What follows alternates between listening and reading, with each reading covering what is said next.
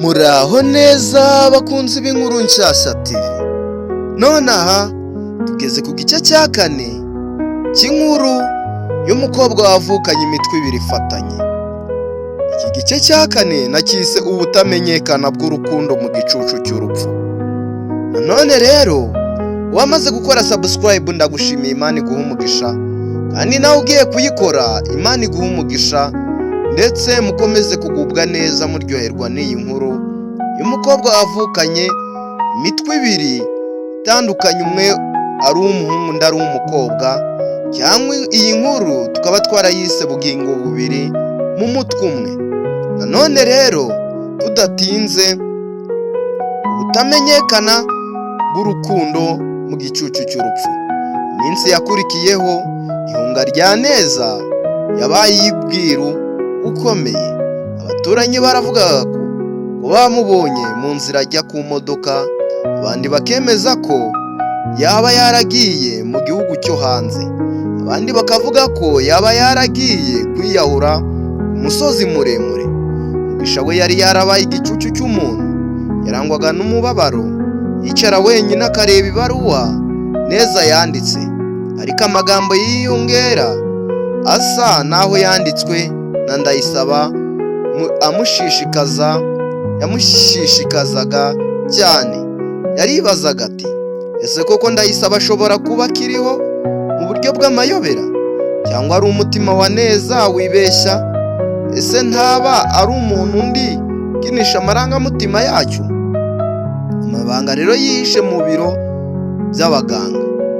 Umunsi umwe Mugisha yafashe icyemezo cyo kujya gushaka amakuru ku bitaro byari byakoreye igikorwa cyo gutandukanya imitwe ya Neza na Ndayisaba.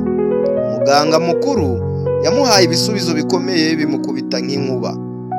Ibyo koko Neza yarokotse, icyo ni igisubizo cya muganga, ariko ntabwo twigeze tubwira umuryango ko mu minota ya nyuma umutima wa Ndayisaba wagerageje gukomeza gutera. Hari imashini zacu zafashe amajwi n'ijwi rye asaba ko Neza atazibagirana, ariko twahisemo kubisha kugira ngo tudakomeza kubatera intimba. Mugisha yumvise amaraso amutembye mu mutwe, yaketse ko ayo majwi ari ayo Neza akomeza kumva mu nzozi ze, bikaba ari byo bimubuza kwemera urukundo rushya.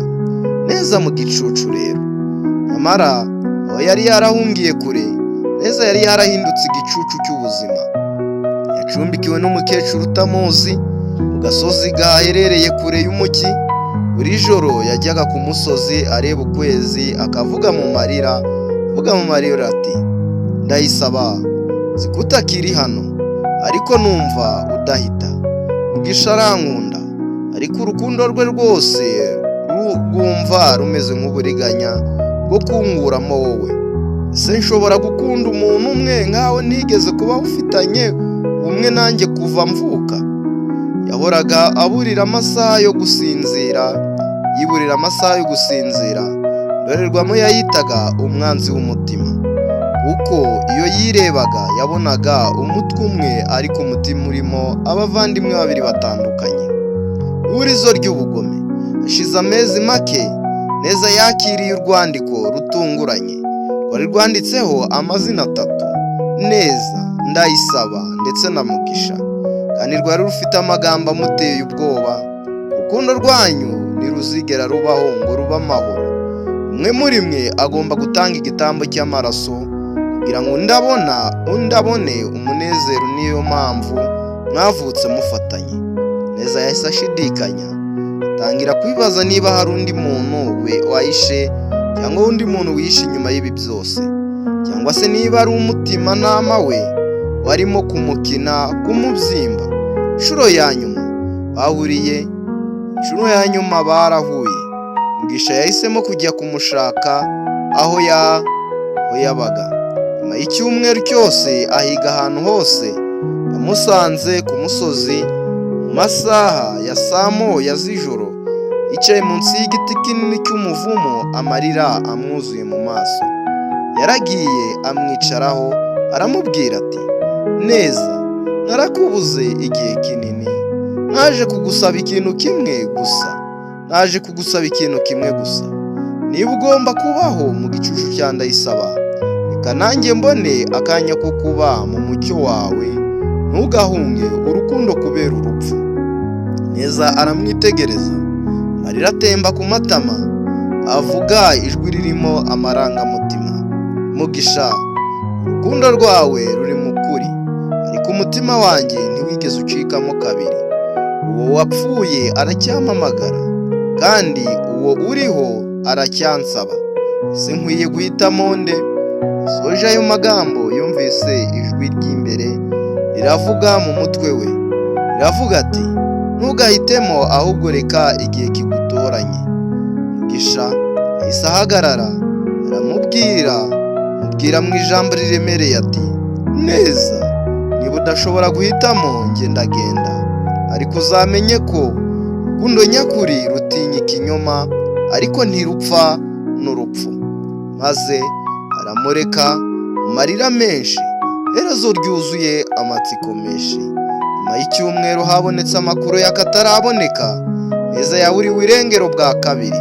Ku nzu y'umukecuru yabagamo hasigaye urupapuro rwanditseho amagambo gusa avuga ati, ntabwo nshaka kuba umunyabyaha w'amarangamutima. Niba urukundo rutazagira amahoro hagati yacu, reka nzimangane burundu.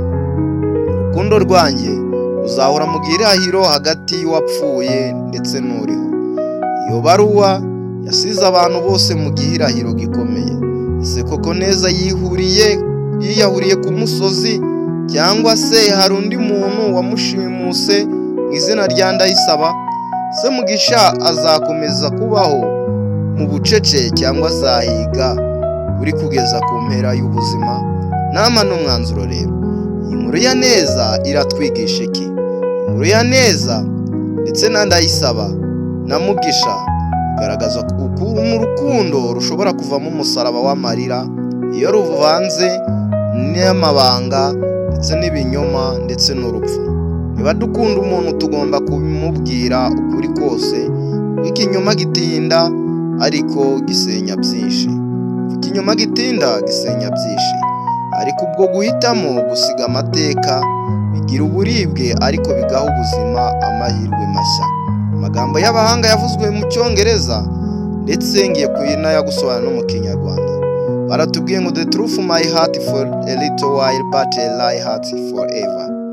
Ukuri ushobora kubabaza akanya gato, ariko ikinyoma kirababaza ubuzima bwose. Undi muhanga yaravuze ngo love is not about position, love is about appreciation. Urukundo si ugushaka kwiharira, ahubwo ni ugushima no kwiyumvisha agaciro k'undi muntu.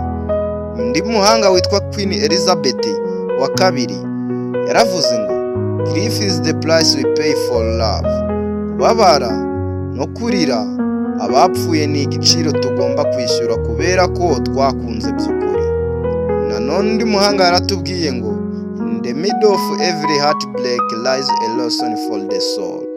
Hagati y'akababaro kose ko gutakaza urukundo haba harimo isomo rikomeye ryo kwiga ku mutima.